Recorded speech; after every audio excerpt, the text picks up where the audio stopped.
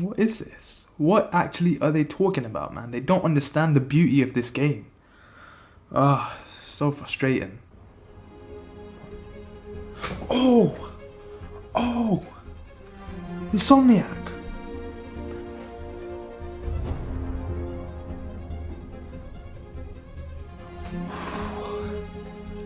My time has come. Let's do this.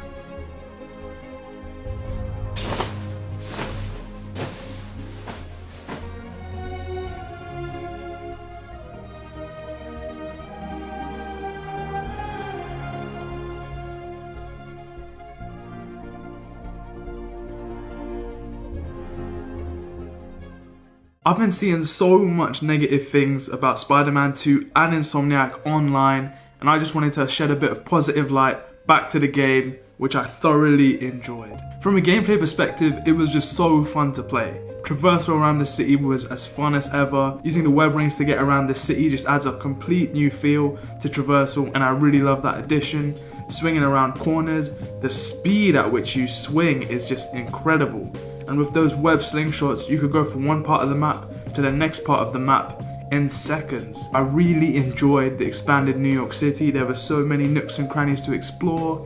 It just felt so much more alive. And it was alive in the first game, but way more alive in this game. The city just feels so much bigger than the last games, and honestly, it's a joy to explore. And we haven't even got to the combat yet. Spider-Man 2 just worked on Spider-Man's 1 Arkham style combat. It just feels more fluid.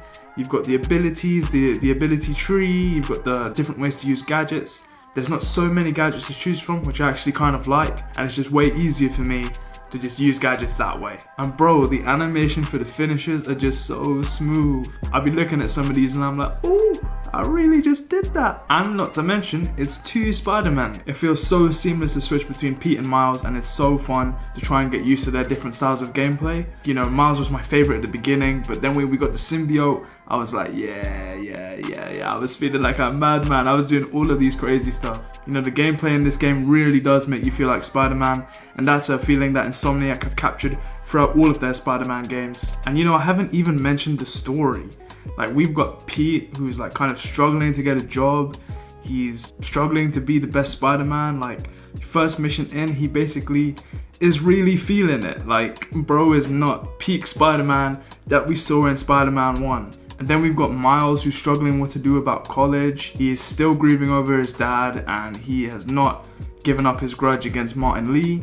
And when Martin Lee is introduced to this story, Miles goes ballistic. Like, he wants to find this man, hunt him down, even to the point where he almost risks civilians' lives just to get to Martin Lee. And even with Pete, you know, him and MJ, they're trying to get a place together. They're trying to keep their life as interesting as possible, away from Spider-Man shit, because Spider-Man shit is really stressful. So they're just trying to do their best. MJ's kind of holding it down for Pete, let's be honest. She's got a job. She's the only stable job holder in the couple, and she's, you know, she's being a real one. And then we got my boy Harry. It was so cool to see Harry and Pete's relationship throughout this game. Pete was almost like that brother that Harry never had. And I think just having someone who wasn't super rich and super famous as a friend was really good for Harry when he was younger. And it's actually really tragic to hear how his health has sort of not been great throughout the years. When he shows up into Pete's life, it's so great. Like, you see the MJ, him and Pete instantly connect. They have that amazing trip to Coney Island, which is one of my favorite parts in the game. It really just hits home, like the relationship these guys had. You have Pete and Harry just riding their bikes, going into their old high school, shooting some hoops. Pete is, you know, cash. Like, I didn't know some people were letting Harry win, because I was cooking Harry. I was getting every shot in. I was not letting this man get any buckets, but you actually can let Harry win if you're feeling kind of bad for him. But he was getting all of my smoke. And we haven't even got to the villains, man. Like Craven, oh my god, this guy is one sick sicko. This is 4K! How did they get you at 4K? Really interesting to hear about Craven's philosophy of his final hunt. It's honestly quite terrifying to see him sort of kill members of the Sinister Six. The guy is truly terrifying. I wish we got more of him, because You know, in the comics, in the animated series, I never was really afraid of Kraven, but this dude is terrifying, and he's strong. I mean, he almost kills Pete, and if it wasn't for Harry's symbiote, Pete would have been dead. And feeding back into the story, you then get that jealousy from Harry because he's powerless, he can't do anything with it. Pete was already Spider-Man, and he was, being able to do things to save the world, and Pete's not really helping him anymore. Pete was meant to be his guy and help him with the Emily Foundation. They were meant to do that together and change the world that way. But it's almost like from Harry's perspective that Pete's been selfish. He's got all of that power to himself, and Harry gets so jealous, and you get that sort of hatred and dislike amongst the two brothers. And when Pete finally realized all the damage and the shit talking that the symbiote made him do, why don't you pop some more pills and say what you're really feeling? Hey! He eventually gives up the symbiote, but it falls back into Harry's hands, and we get the coldest introduction to Venom I've ever seen. I know every Spider-Man player was so surprised that we got to play as Venom. Shout out to Insomniac for that, because that was nuts. I don't want to get into the narrative too much. I kind of just wanted to make this video to remind people that this game is a classic, but we haven't even gone to the side missions. The side missions were so fun in this game. I enjoyed them way more than the last two games. I really enjoyed the Mysteriums. It was really cool to have like a time trial kind of challenge. I always like a time trial. Stressful at times, but you need a game to be stressful, right? I really enjoyed Quentin Beck's story. We kind of thought this guy was, a real villain, and then, we realized that it's not even him, it's his assistants, Betsy and the other dude. I really enjoyed playing as Hailey. I think it was a crazy switch up in the game. It's so sad to see that a lot of people aren't really fucking with this side mission. They think it's really woke and weird to play as a black deaf teen when the game is about Spider-Man, but everything about Spider-Man is about the world, about the people in this world. And I think just having those opportunities to play as different characters, whether it be Venom, Hailey, see into different people's lives, that's reflective of a city. Another mission that I really enjoyed was Howard's mission. Oh my god, I was not prepared for this. Insomniac casually dropped the saddest side mission of all time. It was so sad to see Howard, and also the side mission about the older gentleman, facing his mortality, really.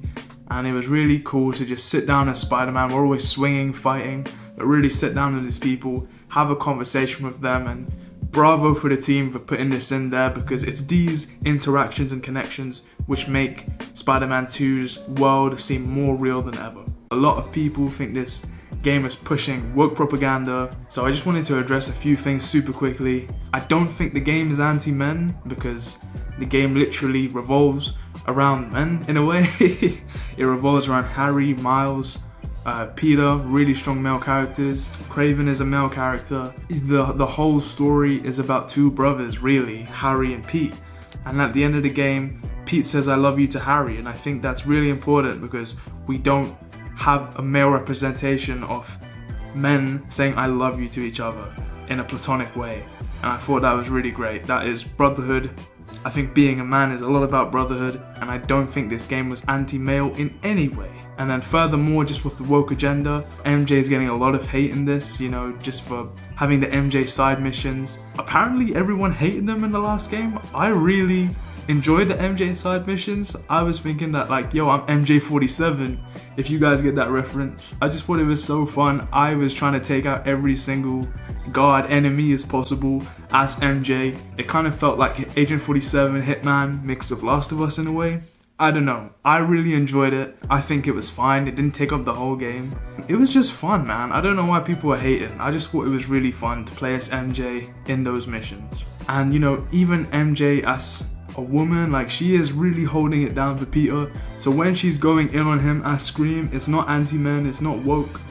She is really holding it down for Pete. And final thing, a lot of the character models have changed since the last two games. And I know a lot of people are furious for some reason. They're saying the old Pete was better. Miles' hair is trash. His hair is fire. I think it's really cool. His suit is trash, but his hair is fire. People are saying MJ is ugly. I mean, guys, you haven't touched a woman in your life. Just relax, okay? MJ looks fine, okay? She's beautiful. The voice actress is beautiful. Yeah, that brother's starving. It's such a shame that she's left Insomniac and won't be in any Spider-Man games in the future. It's really sad. Not that she's left the company, but just that people actually influenced her to do that. I mean, we should never give someone that much power over our lives, but this is the internet. I understand that people are used to these models and now they've changed. But in my opinion, they work really well. I understand why you might be a bit at first, but there's no reason for you to hate people on this. But hey, you guys aren't stupid. Just sending hate online is never nice. But yeah, man, there were so many things I loved about this game. Insomniac have had an incredible run. I know a lot of people say the game could have been longer. Yes, it could have, but if the length of the game is the main gripe of people, then Insomniac have done something right. You've got to give them credit where credit is due. They've done like 3 Spider-Man games in the last 5 years. I mean, that's really impressive from Insomniac. Huge shout out to them. I'm not affiliated with Insomniac. They are a major corporation at the end of the day, but I feel like they put a lot of heart and work into this game, and I just wanted to say thank you to them for that. I can't wait for New Game Plus. I will be playing it back, and if you guys like my commentary, I would love to do another video on Spider-Man 2 if you'd like that. Okay guys, I'm gonna end it there. Hope you enjoyed the video. I know it was a bit all over the place.